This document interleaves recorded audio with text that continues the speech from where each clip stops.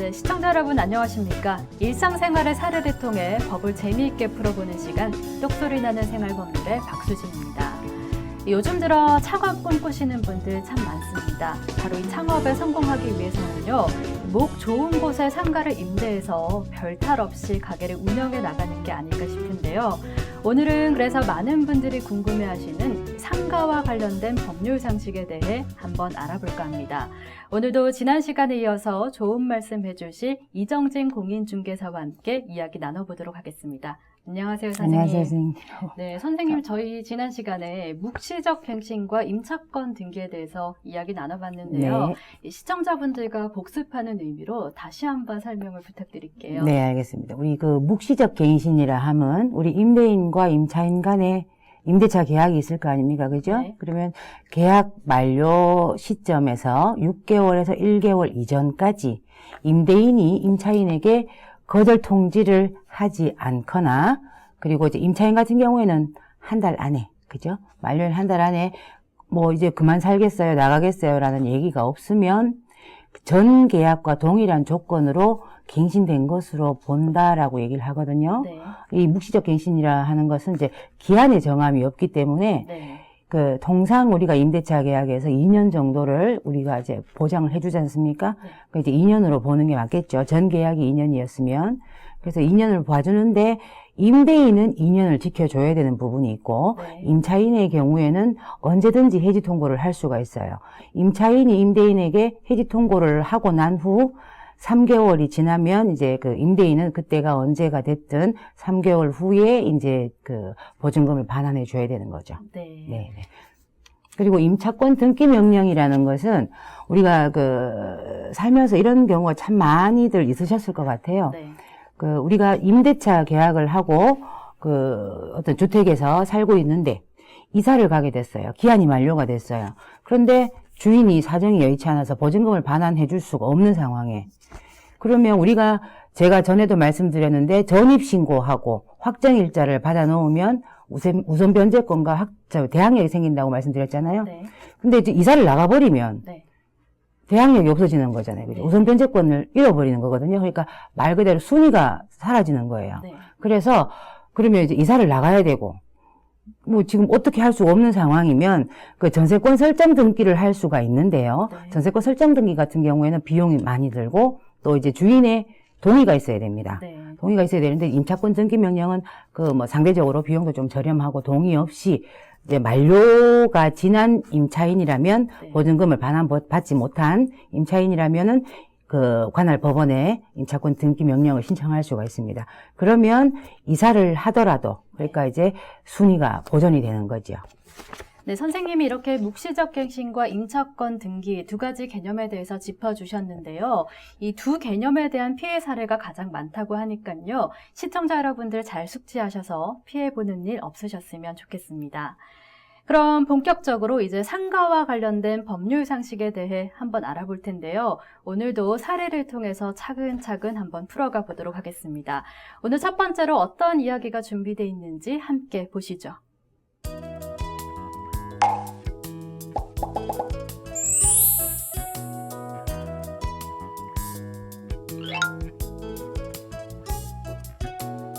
사 년 동안 개인 식당을 운영해온 나영업 씨. 개인 사정으로 식당 운영이 어려워지자 새로운 임차인을 구해 양도 계약과 더불어 권리금 5천만 원을 받기로 했다. 새로운 임차인을 주선하기 위해 건물주를 찾아간 나영업 씨. 그런데 건물주가 본인이 건물을 식당으로 쓰겠다며 그냥 나가라고 한다. 이미 나영업 씨는 새로운 임차인에게 권리금 계약금도 받아둔 상태. 중간에서 입장이 난처하게 된 나영업 씨는 어떻게 해야 할까?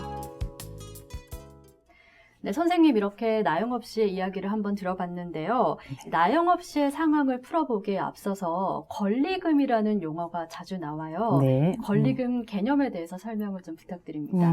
우리가 이제 그 상가 점포 같은 데서 상가에서 영업을 하는 사람이 그 보통 보면 이제 보증금이나 차임, 월 차임 이외에 뭐 유형적, 무형적, 뭐 장소가 좋아서 네. 상권이 좋아서 그래서 이제 뭐 그런 것들에 대한 그 대가를 금전적으로 지급받는 것을 이제 권리금이라고 해요. 네. 그러니까 이제 그거 같은 경우에는 보통 이제 뭐 크게 우리 세 가지로 볼 수 있는데 바닥 권리금이라는 게 있습니다. 네. 바닥 권리금이라는 것은 말 그대로 장소적 이익이에요. 네. 상권이 좋다든지 그러면 이제 형성되는 권리금이라고 할 수 있고, 그 다음에 그 영업 권리금이라는 것은 요거는 이제 무형자산인데요. 네. 우리가 그 뭐 거래처라든지 아니면 영업 노하우라든지 뭐 신용도라든지 이런 것들을 대가로 이제 금전을 받는 건데, 요건 이제 영업 권리금이라고 해요. 네. 그다음에 이제 그 우리가 실제로 눈에 보이는 유형 자산인데, 요거는 이제 그 시설 권리금이라고 해서 뭐 흔히들 시설비라고도 얘기를 많이 해요. 네. 그 시설비라고 하는데 뭐 영업 시설이라든지 비품이라든지 이런 것들을 이제 그 대가로 받는 것이 이제 그 저 시설 권리금이라고 해요. 그러니까 이제 크게 바닥 권리금, 영업 권리금, 시설 권리금 이런 식으로 볼 수가 있습니다. 네, 이렇게 선생님께 권리금에 대해서 한번 들어보니까요. 이 나영업 씨가 지금 권리금을 받고 나가야 할 것 같은데 어떻습니까? 받아야 되겠죠. 네. 받아야 되는데 네. 지금 제가 이렇게 조금 이따가 말씀드릴 거지만 개정되기 이전의 상가 임대차 보호법에서는 네. 권리금에 대해서 없었습니다. 아, 그래서 권리금을 보호받을 수가 없었고, 권리금에 대한 법적 분쟁이 생겼더라도 구제받을 수 있는 방법이 없었어요. 그 이전 같았으면 나영업 씨가 네. 아마 못 받았을 거예요. 못 받았는데 이제는 받을 수 있는 방법이 생겼습니다. 아, 그러면은 상가 임대차 보호법이 개정이 됐다고 하셨는데 네. 개정되기 전의 법과 개정된 후의 법 가장 크게 어떤 것들이 달라졌나요? 우리가 이제 개정되기 전에는 보면 이제 장사가 잘 되잖아요. 장사가 잘 되면 우리들 이 가게 장사가 잘 되니까 팔고 나가면 권리금 많이 받겠다. 흔히들 네. 그렇게 말씀하시죠. 네네. 많이 받는데 임대인 입장에서는 그게 배가 아플 수가 있었어요. 그리고 이제 그 권리금을 자기가 받기 위해서 네. 임차인을 그냥 내보내는 거예요. 그냥 내보내고 자기가 신규 임차인을 데리고 와서 그 권리금을 임대인이 직접 받거나 아니면 나가라 그래요. 계약 기간이 지났는데 갱신을 안 해주고 나가라 한 다음에 자기가 직접 운영을 한다든지 아니면 뭐 친인척을 이렇게 해서 장사를 하게끔 해서 네. 그 이익을 주게 한다든지 그런 경우가 굉장히 많았습니다. 법으로도 보호받을 수가 없었고 권리금이 법제화가 안 됐기 때문에 그런 피해를 입으시는 그런 사례들이 엄청 많았었어요. 네, 선생님 그러면 이 상가 임대차 보호법이 언제부터 개정이 된 건가요? 개정된 지는 작년이죠. 2015년 5월 13일에 권리금이 법제화가 됐는데요. 네. 아직까지 이제 얼마 되지 않다 보니까 아직 모르시는 분들이 많이 계신 것 같아요. 네. 그래서 개정된 권리금에서는 임차인이 권리금에 대해서 보호를 받을 수 있도록, 그 다음에 권리금에 대해서 법적 분쟁이 생겼을 때 대항력이 생길 수 있도록 해준대요. 네. 보통 이제 제일 중요한 거는 임차인이 권리금 보호를 받으려면 네. 임대인에게 의무를 부과해야 되겠죠. 그죠? 네. 그러니까 이제 권리금 수수료를 방해하지 못하도록 의무를 부과했는데요. 대표적인 방해하는 네 가지가 보면 이제 신규 임차인한테 임대인이 직접 권리금을 받는 거예요. 그런 경우도 있었어요. 네. 이제 그런 걸 못하게 했고, 그 다음에 이제 종전 임차인이 이제 신규 임차인한테 권리금 못 받도록 또 그렇게 이제 방해하는 행위도 있고, 그 다음에 보증금이나 월세를 주변 시세에 이렇게 터무니없이 이렇게 높게 불러서 그렇게 해서 신규 임차인을 구하지 못하도록 해서 뭐 기다리다 지쳐서 나가도록 뭐 그렇게 해서 권리금을 못 받게 하는 경우도 있었고요. 네. 그러니까 이제 뭐 정당한 이유 없이 네. 신규 계약을 거절하는 행위를 못하도록 막아놓은 것이 이제 제일 큰 변화라고 볼 수 있죠. 네. 바로 크게 달라진 부분이 이 건물주가 세입자의 권리금 회수를 방해하지 않도록 생긴 네 가지 규정인 것 같은데요. 이게 법이라서 그런지 좀 굉장히 복잡하게 느껴져요. 다시 한 번 더 풀어서 이 부분은 꼭 알아야 한다는 부분 있을까요? 자, 그러면 그 권리금에 대해서 달라진 부분을 핵심적으로 이렇게 조금만 뽑아서 말씀을 드리자면, 네. 임대인이 정당한 사유 없이 신규 임차인과의 계약을 거절하지 못하게 하는 게죠. 그러니까 임차인이 새로운 임차인을 데리고 왔을 때 이유 없이 또 너랑 계약하기 싫어 하지를 못하게 한다는 거죠. 네. 그렇게 되는 것이고, 그 다음에 임대인이 그렇게 방해 행위를 했을 때 손해가 생길 거 아니에요, 그죠? 그러면 임차인은 그것을 가지고 손해배상 청구를 할 수 있다는 거예요. 네. 그렇게 되고, 그리고 이제 권리금과 관련된 법적 분쟁이 생겼을 때 네. 임차인에 대해 이제 대항력에 대한 그런 그 폭이 넓어졌다고 볼 수가 있겠죠. 네, 그러면 제가 보기에는 상가 임대차 보호법이 임차인을 위한 법이라는 생각이 드는데요. 네. 임대인의 입장에서는 어떻습니까? 임대인의 입장에서요. 네. 어떻게 보면은 임대인의 의무만 많아지는 거겠죠. 그래서 이번에 제가 말씀드린 상가 임대차 보호법의 권리금에 관한 부분에 있어서는 네. 아마 전적으로 임차인을 위한 법이라고 생각하시는 게 맞을 것 같습니다. 아무래도 피해 보시는 분들이 많으니까. 그럼요. 네네. 네. 이렇게 개정된 상가 임대차 보호법에 대해서 얘기 나누고 있는데요. 다시 나영업 씨의 사례로 돌아와서 네. 지금 나영업 씨가 새로운 임차인에게 권리금까지 다 받고 건물주에게 소개를 시켜주려고 갔는데 건물주께서 자기가 운영하겠다고 하는 상황이잖아요. 네네네. 상가 임대차 보호법에 따라서 나영업 씨가 어떻게 이 상황을 해결할 수 있을까요? 그게 지금 이제 그 정확한 날짜를 또 이렇게 우리가 알아봐야 되겠는데요. 네. 나영업 씨가 4년을 영업을 하셨다 했죠? 네. 이렇게 4년을 영업을 하셨다 했는데, 예를 들어서 이 계약이 뭐 2년 계약이든 1년 계약이든 어쨌든 종료 시점에서 3개월 이전 그 사이여야지 돼요. 권리금을 보호를 받을 수 있는. 네. 그 기간이 정해져 있습니다. 그러니까 그 나영업 씨가 신규 임차인을 데리고 왔어요. 그죠? 권리금 5천만 원 받기로 하고 계약을 하고 네. 거기에 대한 계약금도 받고 그렇게 해서 임대인에게 데리고 왔어요. 근데 그 시점이 중요한 게 내가 예를 들어서 뭐 7월에 만기다. 그럼 3개월 전 그 사이가 돼야 될 거예요. 네. 그러면은 임대인은 신규 임차인과의 그 신규 계약을 그 정당한 이유 없이는 거절을 못 하게 되는 거예요. 네. 그러면 임대인이 내가 식당 영업을 할 거니까 당신 나가시오 하시더라도 나영업 씨는 권리금을 받을 수 있고 그 계약을 체결할 수가 있는 거겠죠. 법이 적용되는 기간이 네네네. 중요한 것 같고 네. 그리고 이제 상가 임대차 보호법에 대해서 추가로 알아야 할 것들이 몇 가지가 있을 텐데요. 많은 분들이 또 이런 경우가 있어요. 건물주가 중간에 바뀌는 경우가 있잖아요. 이럴 네네네. 경우에도 권리금을 받을 수 있는 거죠. 네네네. 그 임대인이 어차피 매수인이 임대인의 지위를 승계를 하는 거기 때문에 네. 임차인 간의 관계는 변하지가 않아요. 그럼 간혹 또 경매로 넘어가는 경우가 있잖아요. 네네네. 건물이. 그럴 네. 경우에는 어떻게 되나요? 경매로 넘어갔을 경우에는 요거는 이제 권리금하고는 조금 관계가 없는 부분인데 네. 권리금은 어쩔 수가 없는 것 같아요. 받지 이렇게 이제 못하는 경매가 거죠? 넘어갔을 경우에는 네. 이게 배당을 받고 이렇게 점유를 이렇게 비켜줘야 된다는 거죠. 네네네. 경매로 넘어갈 넘어갈 경우에는 권리금 회수가 조금 힘들 수가 있겠죠. 네, 알겠습니다. 네, 지금까지 상가 임대차 보호법에 대해서 한번 쭉 살펴봤는데요. 시청자 여러분들이 이해하기 쉽도록 잠시 정리하는 시간 갖도록 하겠습니다.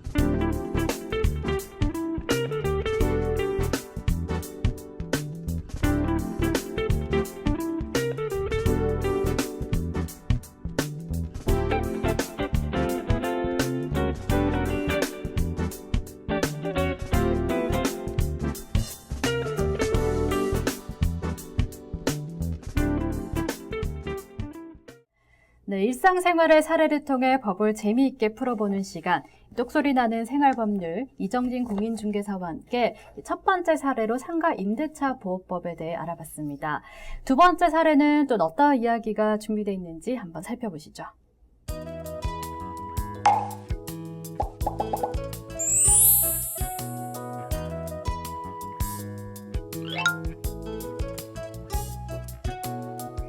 조그만 학원을 운영 중인 나원장 씨. 학원의 새로운 보금자리로 보증금 1,000만 원, 월세 100만 원의 상가 건물 3층을 얻었다. 그렇게 학원을 운영하면서 계약 기간 만료 3개월을 앞둔 어느 날, 갑자기 임대인이 계약 해지를 통보한다. 나 원장 씨는 근처에 마땅한 자리가 없어서 나가기가 힘들 것 같다고 하지만 임대인은 건물 수리를 이유로 일주일 안에 건물을 비워달라고 하는데 네, 선생님, 나 원장 씨가 좀 딱하기는 하지만 건물주가 건물을 수리하려고 한다면 나 원장 씨가 또 막을 명분이 없어 보이는데 어떻습니까? 네, 그래요. 지금 나 원장 씨가 참 안타까운 입장에 놓여 있는데요. 네. 우리가 보통 상가를 임대차를 할 때 보면 계약 갱신 요구권이라는 게 있습니다. 네. 그게 5년간 주어지는 거예요.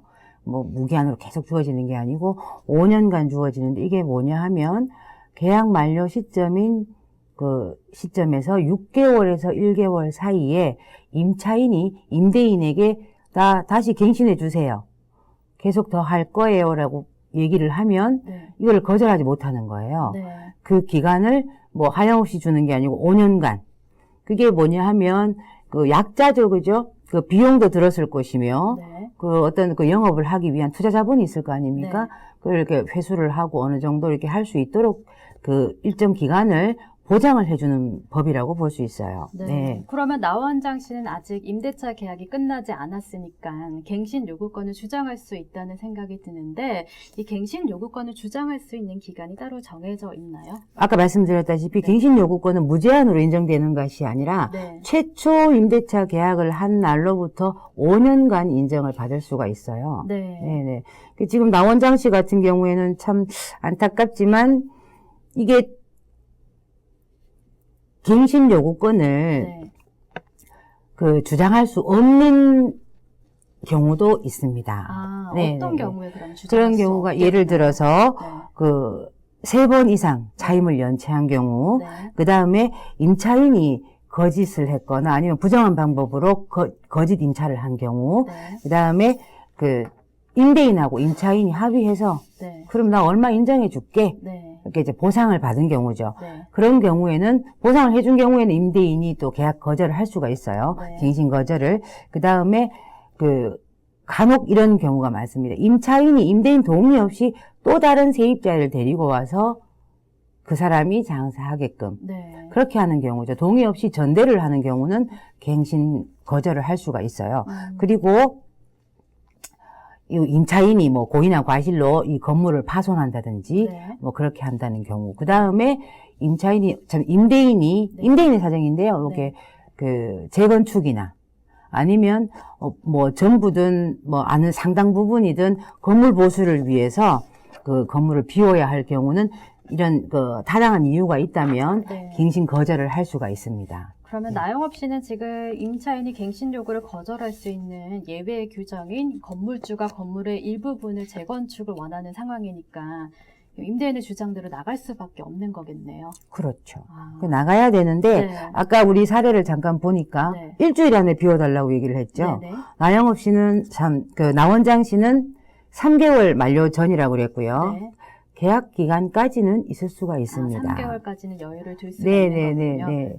그것밖에는 방법이 없겠네요. 네, 참 안타깝습니다. 네네네. 이번 사례 외에도 갱신 요구권에 대해서 궁금한 게 몇 가지가 있는데요.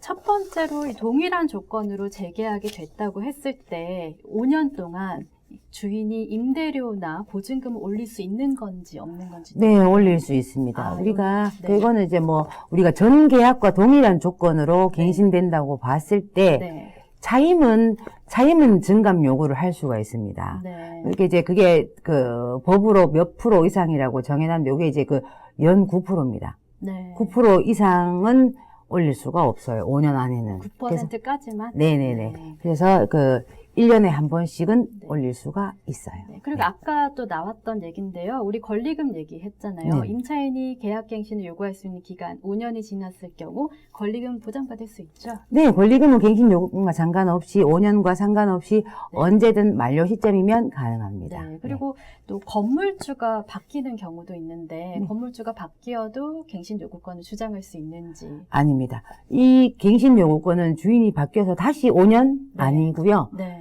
본인이 처음 임대차에 들어가서부터 시작해서 5년입니다. 아. 네.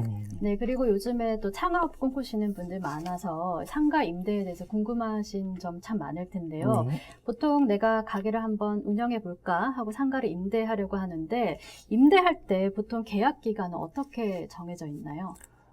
통상은 우리가 2년씩 계약을 하는데요. 네. 이렇게 기간이 정해지지 않았다면 네. 우리가 상가 임대차에서는 1년을 보고 있어요. 계약 기간을 정하지 않은 경우는 보통 1년으로 간주를 네네네. 하고 그럼 1년으로 간주를 했을 때 임차인이 언제든지 해지를 할 수 있는 건가요? 첫 1년간은 해지를 할 수가 할 없어요. 수가 없고. 할 수가 없고 네. 그 1년이 지났을 때 네. 우리 아까 전에 말씀드렸듯이 네. 묵시적 갱신이 된 경우죠. 네. 계약 갱신을 했던 묵시 갱신을 했던 네. 더 할 수 있는데 그게 차이점이 뭐냐 하면 갱신을 해서 재계약을 다시 썼어요. 네. 그러면 1년을 또 지켜줘야 되는 부분이 네. 있고 묵시적 갱신이 이루어졌을 경우에는 언제든지 해지 통고를 할 수 있고 해지 통고한 날로부터 3개월이 지나면 보증금을 반환받을 수 있는 거죠. 네. 상가 임대하려고 하시는 분들 많을 텐데 꼭 네. 알아두셨으면 합니다. 네. 그리고 상가 임대차 보호법 중에서도 이 갱신 요구권이 또 다른 개념보다 조금 복잡한 것 같아요. 특별히 알아둬야 할 부분이 있을까요? 우리 상가 임대차 보호법에 있어서 네. 상가 임대차 보호법은 말 그대로 주택 임대차 보호법과 마찬가지로 임차인을 보호하기 위한 법이에요. 네.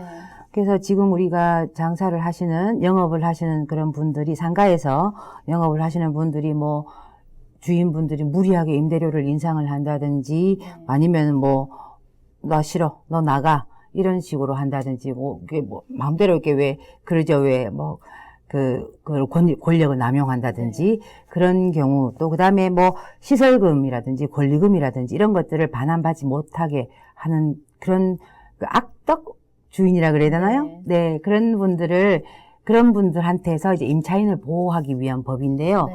우리가 갱신 요구권을 봤을 때 우리 계약서를 쓸 때 보면 특이하게 네. 임차인은 계약 갱신 요구권을 청구하지 않는다라고 특이하게 넣었다 할지라도 네. 이 조항은 강행 규정이에요. 아. 예, 특이하게 있다 할지라도 임차인은 특별한 이유 없이 자기가 고의과실 이런 잘못이 없을 경우에는 네. 5년간 계약 갱신 요구권을 주장할 수가 있는 겁니다. 그러면 다시 한번 정리를 하면 처음에 계약할 때 임차인이 사인을 했어요. 갱신 요구권 주장하지 않겠다 했는데 나중에 법적으로 효력이 없다는 말씀이시죠? 그렇죠. 이게 임차인에게 불리한 조항이기 때문에 효력이 네. 없다고 볼 수 있습니다. 네, 이렇게 말씀하신 것처럼 상가 분쟁으로 많은 분들이 어려움을 느끼고 계세요. 이 공인중개사로서 한 말씀 해주시고 싶다면 어떤 부분들이 있을까요? 상가 같은 경우에는 물론 공인중개사분들이 직접 중개를 해서 계약을 하시는 분도 많으시겠지만 네. 간혹 보시면 직접 개인 간에 직거래를 하는 경우도 많습니다. 이게 권리금이 있다 보니까 네. 그런 경우가 있는데 그럴 때 이게 법을 잘 몰라서 피해를 보는 경우가 상당수가 있어요. 네. 그래서 가능하다면 전문가에게 조언을 구해서 네. 우리 공인중개사분들한테 어떻게 했으면 좋겠냐 그러고 또 보호받을 수 있는 부분들은 또 우리가 공인중개사분들이 또 이렇게 챙겨주십니다. 네. 챙겨주시고 법적으로 또 내가 누릴 수 있는 권리들 네. 그런 것들을 알려주시고 할 거니까 네. 전문가들에게 의뢰를 하시고 문의를 하신다면 네. 좀 더 안전하게 또 창업을 하시거나 그렇게 영업을 하실 수가 있을 거예요. 네, 잘 알겠습니다.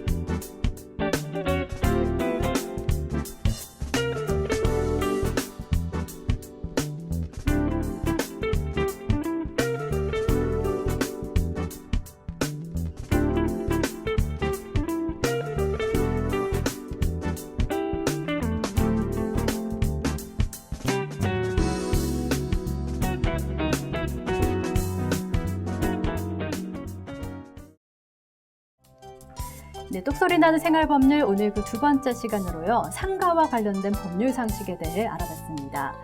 지난해 기준으로 전국의 자영업자 수가 550만 명을 넘어섰다고 합니다. 이 많은 자영업자들의 바람이 상가 임대와 관련해서 손해를 보지 않는 것일 텐데요. 무엇보다 법률에 대해 이해하려고 하는 작은 노력이 중요할 것 같습니다. 이 개정된 상가 임대차 보호법에 관한 자세한 사항은요, 법무부를 통해서도 안내받을 수 있다고 하니까요. 궁금한 사항 생기시면 참고하시는 것도 좋겠습니다. 그럼 저는 다음 시간에도 법률에 대한 알찬 정보 들고 여러분 찾아뵙도록 하겠습니다. 감사합니다.